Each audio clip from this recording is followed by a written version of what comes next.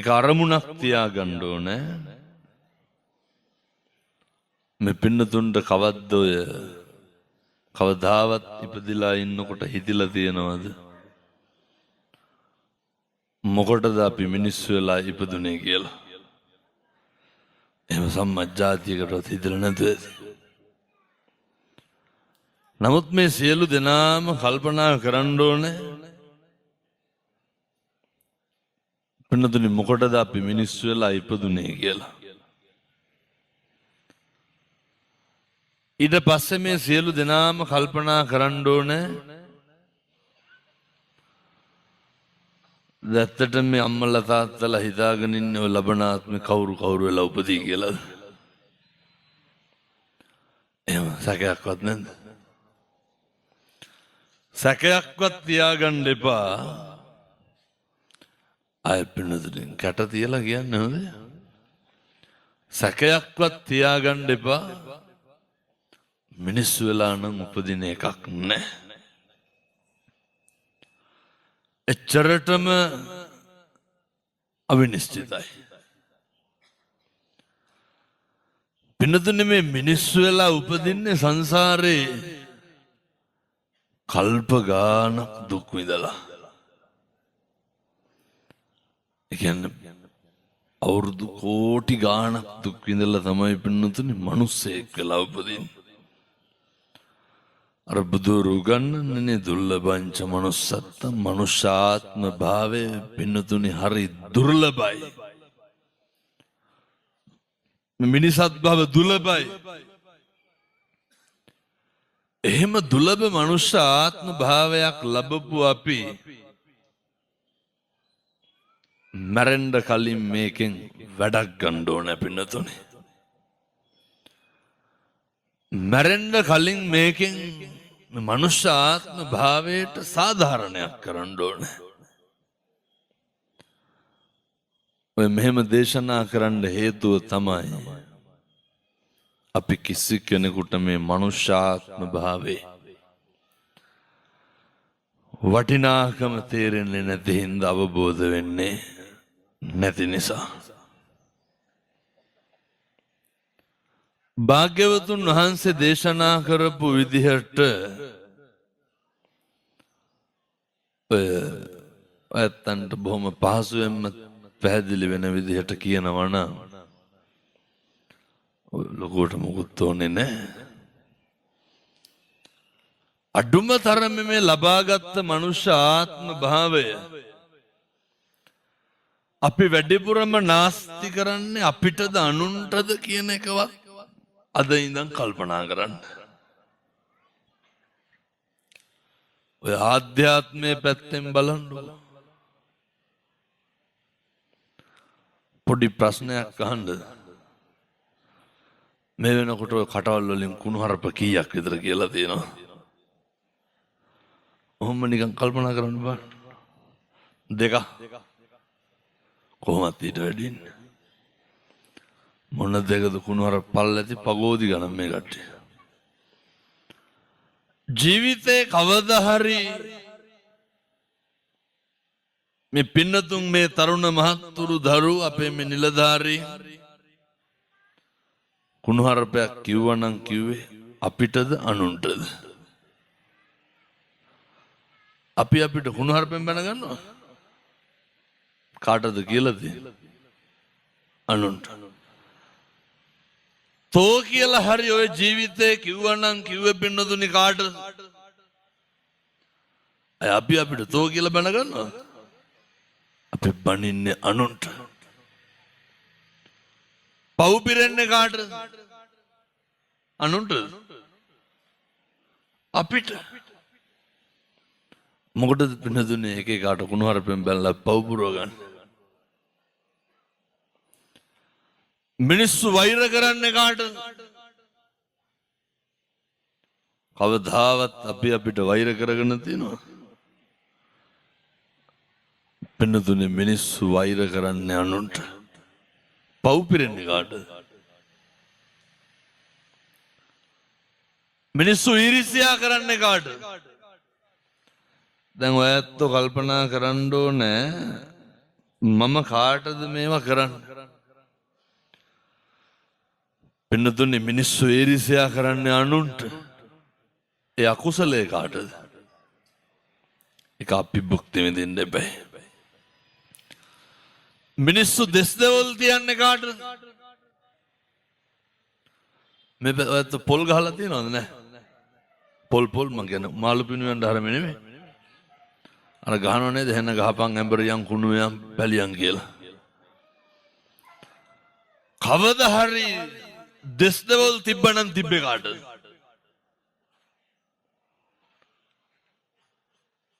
අංගර drone එක වටන කවුද ඒක බලන්න.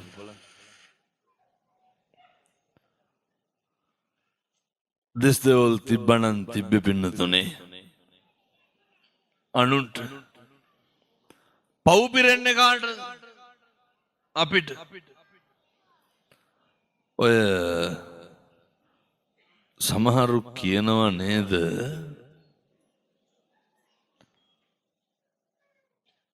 කියනව නේද පින්නතුනේ තොපේ දරුවෙකුටවත් හරියන්න එපා කියලා කියනවනේ. මම නිල්වලාවට පැත්තේ එහෙම කියන්නේ නැතුව ඇති මං කියන්නේ බොහෝ පැතිවල ඔහොම කියනවා. මිනිස්සු කියනව නේද තොපි අපේ ඇස් ඉස්සරහම විඳවන්න ඕන කියලා.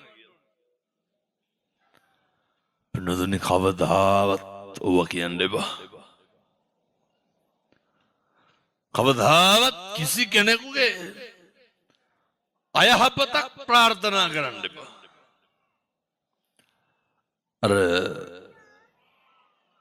මේ පැත්තේ අස්සසුම හම්බෙනවා. සමෘද්ධිය කියලා දුන්නේ ඉස්සර. හම්බෙනවන්නේ. මරනවා කවදා හරි බලන්නකො. ඇයි? කවුරු හරි මේ ගමක ඉතින් මේ පැතිවල රට යන්නේ තානාපති සේවයටයි ගෘහ සේවයට. මේ පැත්තේ ඉන්නවද අර 119 ගාන මිනිස්සු නෑ. සමහරව ඉන්නවා රැකියාවක් විදිහට මොකද්ද කරන්නේ? මිනිහාගේ වැඩේ මේකේ මොකෙක් හරි වැලි කොට දානවද ගස් කපනවද ඕක බලන එක. ඔයාලට මතක් වෙනේද අපේ ගමේ හවලා වයි කියලා? කොල්ල දෙන්නෙකුට එක්ක හවලා කතා කරන්න බෑ මොකද කරන්නේ? මිනිහා 119 ගානවා. අනිල් වලාගොඩ පැත්තේ එහෙම නැතුව ඇති මං කියන්නේ අර බොහෝ පැතිවල ක්‍රමේ. මිනිස්සු පුදුම විදිහට ජීවිතේ කරන්නේ මේ අනුන්ගේ මොක්කට හරි ගිනි ගෙඩි දෙන එක කරන්නේ. ඔය කැත ගතිය නවත්ත ගන්න ඉස්සරලා. ජීවිත කාලයක් පුරාවටම කරන්නේ අනුන් ගැන හොයන එක. ඕක නවත්තන්න. ඔය කවදා හරි ඔය පින්නතුන්ට සැකයක් ඇති වුණා නම් ඇති උනේ මේවා ඉතින් හෙට ඉඳන් නවත්තන්න ඕන හොඳේ. කවදා හරි සැකයක් ඇති වුණා නම් ඇති උනේ අපි ගැනද අනුන් ගැනද? කවදාවත් පුතේ අපිට අපි ගැන සැකයක් ඇති වෙලා තියෙනවා. අපි සැක කරන්නේ අනුන්ව. පසුතැවෙන්නේ කනගාටු වෙන්නේ කලකිරෙන්න දුක් විඳින්නේ කවුද? මොකටද අහක යන කුණු ගොඩවල් ළඟ ඉදාගන්න? එකටම පුරුදු වෙන්න ඔය අනුන්ගේ දේවල් හොයන්න නැතුව ඉන්න.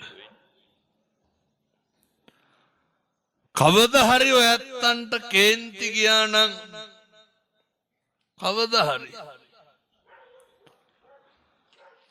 ඔගොන්නන් දැන් මේක බලන්න පුළුවන්. කේන්ති ගියා නම් කේන්තිගේ කවුරු හින්දාද? දැන් ඔය බනහනකොට කාගේ හරි ෆෝන් එකකට සද්දෙට කෝල් එකක් එන්න ඕනේ. කාටද කේන්ති යන්නේ? ෆෝන් එකේ අයිතිකාරයාටද වටපිටාවේ මිනිස්සුන්ටද? බලන්නේ නැද්ද අර කෝල් එක එන සද්ද? චච්චොක් ගාලා පැත්ත බලන්නේ නැද්ද? බලනවා. ඉතින් බිනදේ ෆෝන් වලට කෝල් වෙන්නේ නැත්නම් වෙන මොනවද දෙන්නේ? ඒක තමයි කැත ගතිය. හොඳට බලන්නකො මේක ඕනනම් දැන් බලන්න පුළුවන්. අද කියන්න එපා. එහෙම වුණොත් එහෙම අහු වෙනවනේ. අනිද්දා දිහාට මං කියන්නේ මේ මිනිස්සුන්ට ආයේ නිවනක් නැහැ නේ අනුන්ගේ දේවල් හොයන එක තරම්. ඔය ජීවිත කාලෙම කරන්නේ අනුන්ට කමුරන එක. අනිද්ද දිහාට කාට හරි කියන්න ආවලා ගැන පුද්ගලික කාරණයක් කියන්න තියෙනවා තමුසට පස්සේ කියන්නම්කෝ කියලා. ඔච්චරයි කියන්නේ.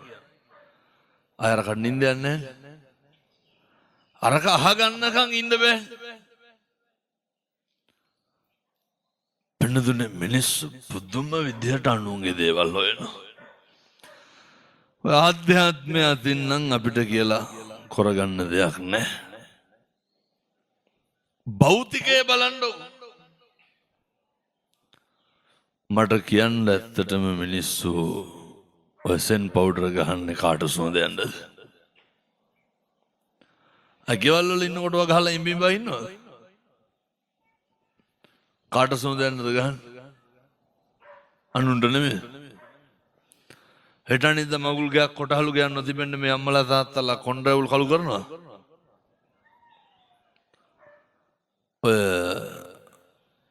මිනිස්සු ඇත්තටම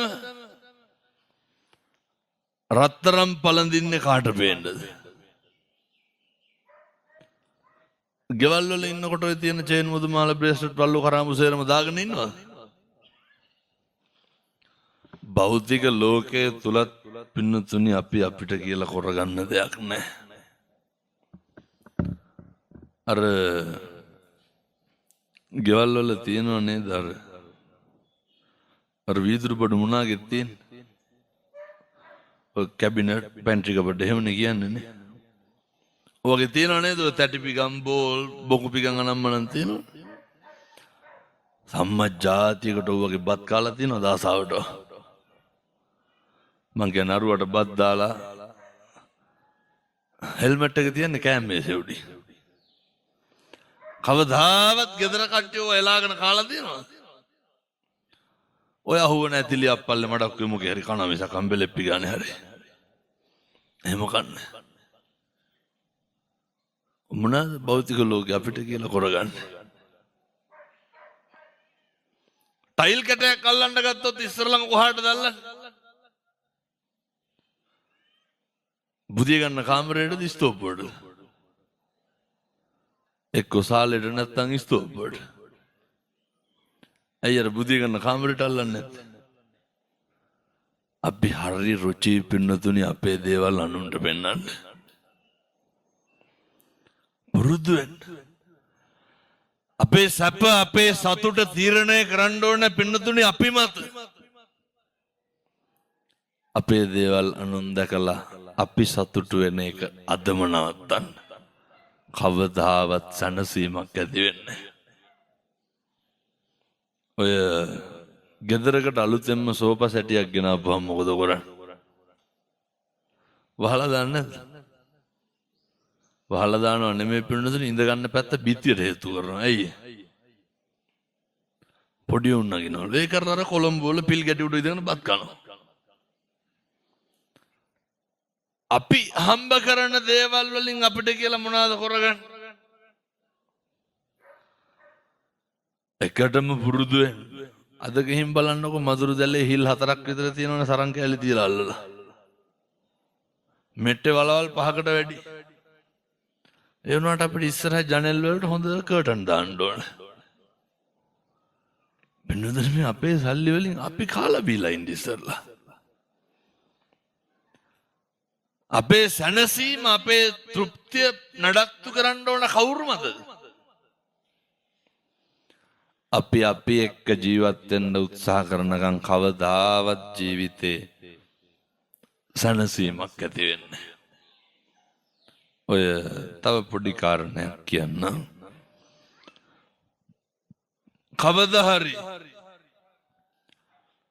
කවදාවත් මේ පින්නතුන්ට ඔය ඇත්තු කරපු වැරද්දකට අර සවුන්ඩ් කරන මහත්තයාට කියන්න මේ කෝටියක් අඩු කරන්න කියලා. ඔය ඇත්තු කරපු වැරද්දකට කවදාවත් කේන්ති ගිහින් තියනවද? ජීවිතේ පින්නතුනි කේන්ති යන්නෙම අපි කරන වැරදි වලටද අනුන් කරන වැරදි වලටද? ඔහොම නිකන් හදවතට තට්ටුවක් දාලා බලන්න. අපි හරියට කුලප්පු වෙනවා අනුන් කරන වැරදි වලට. ජීවිතේ පුරුදු වෙන්න. සංයමය කියන එක ඇති කරගන්න. අපේ වැරදි නිවැරදි කරගන්න. ජීවිතේ පුරුදු වෙන්න හික්මීම කියන එක හදාගන්න. ඔය අනුන් හදන්න යන්න එපා. බොහෝ අවස්ථාවල තියෙන්නේ මේ පැත්තේ බොනවද නැහැ. සහතිකම දන්නේ නැති හින්දා නැතුව ඇති. මෙහෙ හොඳයි. නෑ බොහෝ පැත්තවල බොනවන්නේ පින්නද? ඔය එක එකව තියෙනවනේ. මේ පැත්තවල කොල්ලෝ ගංජා ගහනවද නැහැ? මේ හොඳයි. බොන්නෙත් නැහැ, ගංජා ගහන්නෙත් නැහැ, මොකවත් නැහැ. ඔය ගෙවල් දොරවල් වල ඉන්නකොට ජීවත් වෙනකොට මම අපේ තරුණ මහත්තුරුන්ටත් එක්ක කියන්නේ විශේෂයෙන් අපේ තාත්තලාට යම් තාත්තලාගෙන් පොඩි ප්‍රශ්නයක් අහන්න. අය මට මේ පැත්තේ බණවලට කියනෙකුත් නෑ මම මේ කියලා තමයි යන්නේ හොඳ. කාගෙන්ද මම මේ අහන්නේ? තාත්තලාගේ. මේ ශබ්ද විකාශන යන්ත්‍ර ඇහෙන මානේ ඉන්න කාගෙන්ද? අයත් කියනවා තාත්තලාගේ. ඕන් තාත්තලාගේ පෞරුෂය බලන්න යන්නේ. මේ වෙනකොට කී ගමනක් විතර බිරිඳට වේසි කියලා බැනලා තියෙනවා. අර මෙහෙ බොන්නේ නැති හින්දා නැතුව ඇති බොන පැතිවල ටිකක් ඕක වැඩි. ඔහොම නිකන් ගණන් කරන්න ඕන ඉන්න ගම. මේ වෙනකොට කී පාරක් විතර ඔය මං ඉතින් බෙන්නතුන ඉස්කෝලවල වගේ නම් ඉතින් තාත්තලාට මහිතල් බොන්න වැඩේ කරනවා. මං ළමයින්ගෙන් අහනවා වැඩිපුරම පුතේ කුණු හරප ඇහුවේ කාගෙන්ද? දෙමව්පියන්ගෙන් කුණු හරප අහපු ළමයි අත උස්සන්න කියනකොට මුළු ශාලාවම උස්සනවා. දෙමව්පියෝ පිටිපස්සේ එතකොට. මේ වෙනකොට දරුවෝ ඉස්සරහ කී ගමනක් විතර බිරිඳට කුණු හරපෙන් බැනලා තියෙනවා. කාගෙන්ද මම මේ අහන්නේ? ඕ හපංකම් තාත්තලාගේ. එතකොට කෙලලා ඇවිල්ලා කෙල්ල කියන්නේ බීලා අපූර්වට හාමුදුරුවනේ දරුවෝ ඉස්සරහම තමන්ගේ බිරිඳට කුණු හරපෙන් බයිනවන්නේ. කවුරු ඉස්සරහද බයින්? මොන බැනුන්ද තඩි ගහන නැති ඕසෙට. මේ තාත්තා කෙනෙක් වුණාම මේකත් කල්පනා කරන්න ඕන එක්කම හොඳේ. මං කී ගමනක් විතර මගේ දරුවන්ට මං බීලා කියලා මං පෙන්නලා දෙනවා. ඔය සේරම සංදර්ශන අපූර්වට කෙලලා පාර එනවා පොලිසිය ටෝක් කරනවා නොබීපු ගානට. ගෙදරට ආපුවම තමයි සංදර්ශන සේරම පෙන්නන්නේ. හයිබ්‍රිඩ් පිරිමිකම. මතක තියාගන්න. තාත්තා කෙනෙක් වුණාම හොඳ ක්වොලිටි එකක් මේන්ටේන් කරන්න. බුදුවරු තක්සේරු කරේ අම්මගේ තාත්තගේ වටිනාකම. ඔය අම්මලාගෙනුත් පොඩි ප්‍රශ්නයක් අහන්න. මේ වෙනකොට කී ගමනක් විතර ඔය තාත්තගේ තියෙන අඩුපාඩු සේරම දරුවන්ට පන්ති මට්ටමින් කියලා දීලා තියෙනවා. තාත්තගේ තියෙන බලුකම් සේරම අම්මලා කාටද කියන්නේ? මම කියන විදිහටම කියන්නේ. ඕක ආදන මේදත් එහෙමයි කියලා සේරම කියනවා. අර බඳපු මුල් කාලේ ඉඳන් සේරම දරුවන්ට කියලා අප්පිරිය කරවලා තියෙන්නේ. අම්මා තාත්තගේ පැත්තට බයිනවා, තාත්තා අම්මගේ පැත්තට බයිනවා. බුද්ධෝවිය මාතා බුද්ධෝවිය පිතා. මේ විදිහට උත්තරාධිකාරියක් ලැබපු දෙපළක් තමයි කවුද? අම්මයි තාත්තයි. ලේසි පහසු නෑ දෙමව්පියෝ වෙනවා කියන එක. එකටම මතක තියාගන්න ඕක කෙලසන්න එපා. සමහර විට ප්‍රශ්නේ තියෙන්නේ අපේ අර සමහර ඉස්කෝලවල ඔය ළමයි 35 40 ඉන්නකොට සමහර ගුරුවරු කියනවා අර ඉගෙන ගන්න අමාරුකම් තියෙන දරුවෙක් ඉන්නවා නම් ඒ දරුවා අර විශේෂ අධ්‍යාපනයට දාන්න අර නේ වෛද්‍යවරයෙකුට පෙන්වන්න කියලා කියනවා ටිකක් ඔය අසනීප තත්ත්වයන් තියෙනවනම්. එක ඉස්කෝලේක පන්ති බාර ගුරුතුමිය එන්න කියනවා එක දරුවෙක්ගේ අම්ම කෙනෙකුට ගෙනල්ලා කියනවා දරුවා ගිහින් වෛද්‍යවරයෙකුට පෙන්වන්න කියලා. කොල්ලා කැමති වෙන්නේ ඇයි? කොල්ලා කියනවා මට පිස්සු නෑ කියලා. අර ගුරුවරියගේ තියෙන කරුණාවන්තකම කොච්චරද කියනවනම් ගුරුවරිය දරුවට බෙහෙත් ගේනවා. ගෙනල්ලා බෑග්ගෙන් දාලා ඉවර වෙලා අර පුතාට කියනවා පුතේ ගුරු කාමරේ අහවල් තැන මගේ බෑග්ගේ බෙහෙත් කාඩ් එක තියෙනවා පෙත්තක් බීලා එන්න. එනකොට එතනම මගේ තේ බෝතලේ තියෙනවා මට තේ එකක් දාගෙන එන්න. දවස් 15ක් විතර ගියා හරි ගියා කියන්නකො. එන්න කිව්වා ගුරුවරිය පන්ති බාර අම්මට. කිව්වා ඕම් බෙහෙත් දුන්නා දැන් හොඳයි. අම්මට මේක හිතා ගන්න බෑ. අම්මා හව කොල්ලගෙන් පුතේ උඹ බෙහෙත් බිව්වද? කොල්ලා කියනවා ගුරුතුමිය බෙහෙත් ගෙනාවා අහවල් තැන තියනවා බොණ්ඩ කිව්වා. ඒ බීලා එනකොට තේ එකක් ගේන්න කිව්වා. මං හැමදාම අර බෙහෙත් පෙත්ත ගුරුවරියගේ තේ එකට දැම්මා. කොල්ලා මොකද කරලා තියෙන්නේ? බෙහෙත් එක ගුරුවරියට පොවලා තියෙන. හරි ගියා කියන්නකො. කාටද ලෙඩේ තිබ්බේ? ගුරුවරියට. හරි ගියා සනීප වුණා. ඇත්තටම හරි ගියා. ප්‍රශ්නේ තියෙන්නේ අපේ. ගැටලුව තියෙන්නේ අපේ. ඒ වුණාට අපි හදන්න ඔට්ටු වෙන්නේ.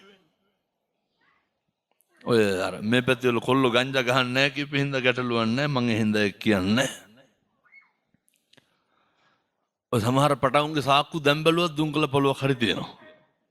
හකු පුරවගෙන නැත්තේ අර දුංගල කුඩු වලින්. ඔය සමහර තාත්තලා කියනවා හාමුදුරුවනේ කොල්ලට අවුරුදු 15යි 16යි. දැන් ටිකක් කියන දේ අහනවා හොරයිලු. මම අහනවා ඒ තාත්තලාගෙන් අර මේ පැත්තෙලත් ඉන්නවද අර තනි රෝදෙන් බයිසිකලේ උස්ස යන පැටව නෑ. මේ හොඳයි මෙහෙම මොකවත් නෑ. ඔය තුන්ගේ රියැක්ෂන් වලින් මට තේරෙන්නේ මෙහෙ තරම් ඕවා වෙන කොහෙවත් නෑ කියලා.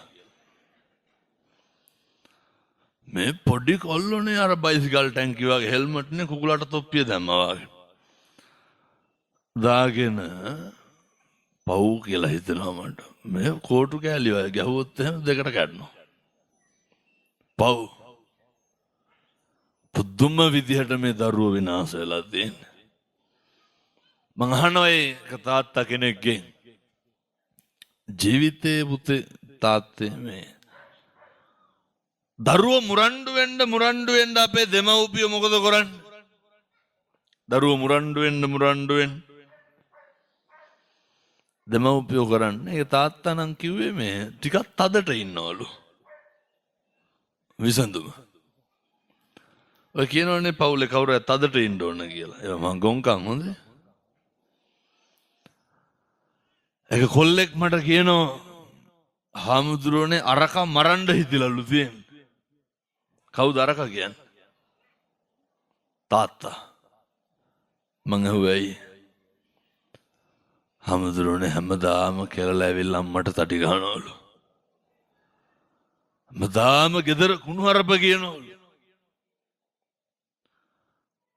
අම්මලාගෙන් තාත්තලාගෙන් මම මේ පොදුවේ කලවම යන්නේ. කවත් අන්තිමට මගේ තමන්ගේ දරුවෝ අර මගේ දුවේ මගේ පුතේ කියලා වැළඳගත්ත දවසක් තියෙනවද? ඔය නිකම් බොයිලර් විදිහට දරුවෝ හදන්න එපා. සමහර අම්මලා තාත්තලා හිතන් ඉන්නේ නේ අර උයලා තම්බලා බත් බැඳලා දීලා පන්ති ගාස්තු දීලා අරපුවම සේරම හරි කියලා. එහෙම බෑ. සත්තු වගේ දරුවෝ හැදියාගෙන. අහලා බලනකොට ටිකක් හදවතට තට්ටු කරලා බලන්න කවද්දන්තිමේට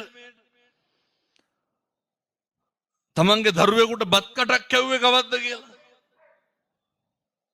මට ওই කටුනායක පැත්තේ කොල්ලෙක් හැප්පිලා මැරුණ බයිසිකලේ ලයිට් කනෝක. මලගෙදර ගියාට පස්සේ මේ තාත්තා කොල්ලගේ පපුව බදාගෙන අඬනවා. අවුරුදු 19. මට කියනවා හාමුදුරනේ ලොකු ආසාවක් තිබ්බලු කොල්ලා ලොකු වුණාට පස්සේ කොල්ලා ටිකක් තුරුල් කරගෙන ඉන්න. තාත්තලා කැමති නැද්ද? තමන්ගේ ලෙයින් මසින් ජාතක වෙච්ච දරුවෙක් පුතෙක් කියලා කියන්නේ ගෙදරකට පවුලකට පුදුම ශක්තියක්.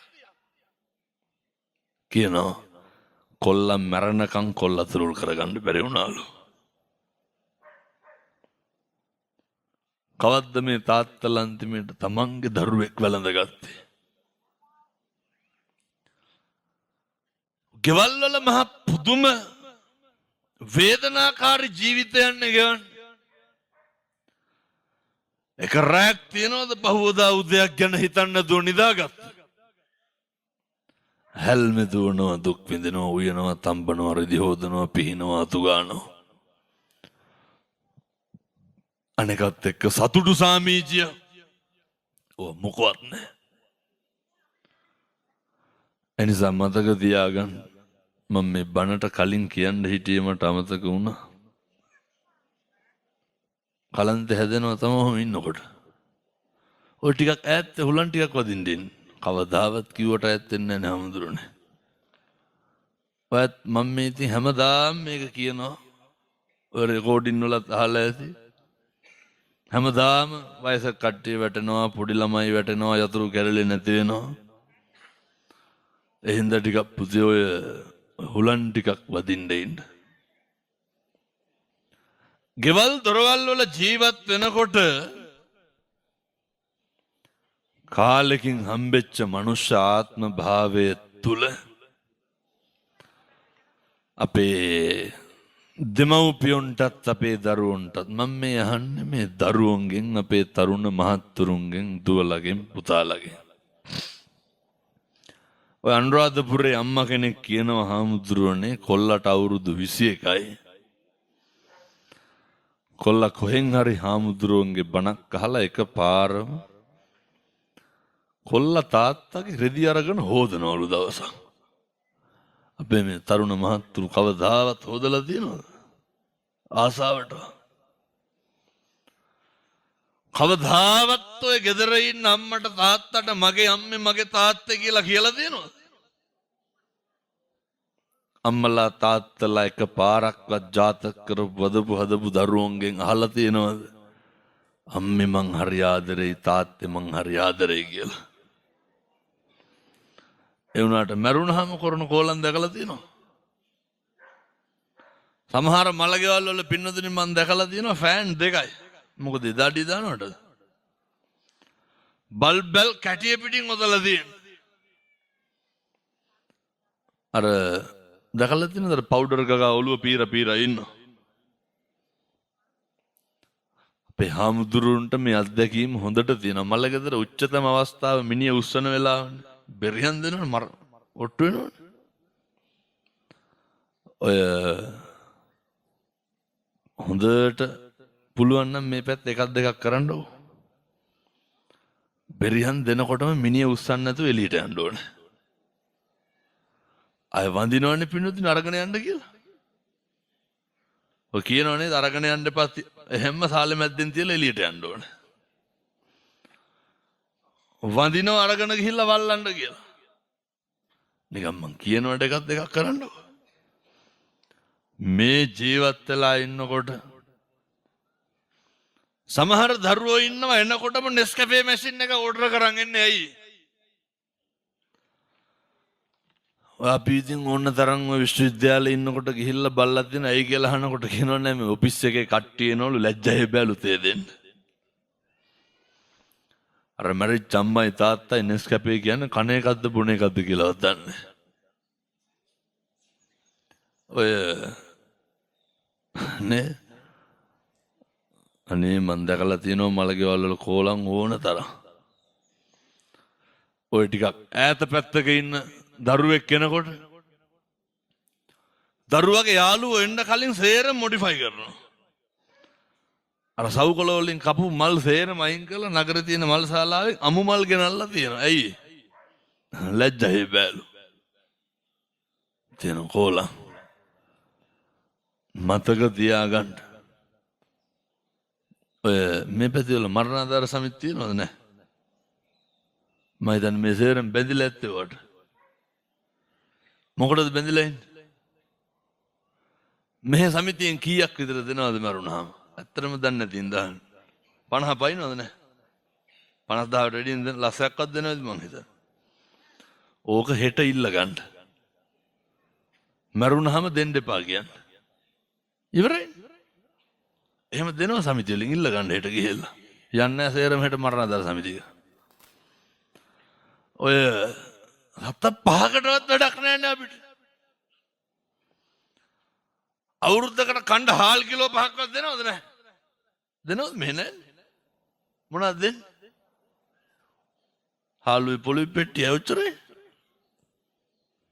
ඔය ජීවත් වෙලා ඉන්නකොට මොකක් හරි හම්බෙන එකට බැඳෙන්න පුළුවන් නෝ.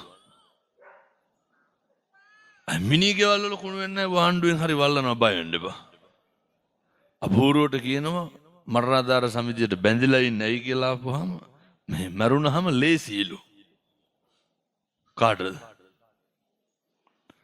පින්නතුනි මේ ජීවිතේ හැමදාම කරන්නේ අනුන්ට කඹරලා මැරලා යන එක.